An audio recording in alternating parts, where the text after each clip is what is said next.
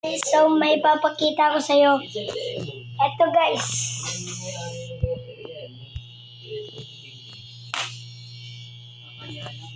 Sila crossing yan, no?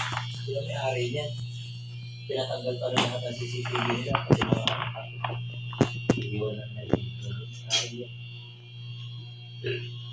Tama na yan, sabi niya, usapan natin 2 taon eh. Tapos, May mga ano ako. Dahil kung saan to nabibili sa Shopee. So guys, eto guys.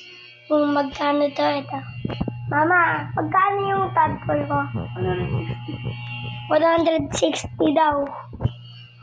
At saka guys, kung may 160 kayo, bumili kayo. Yun yung paalam ko naman.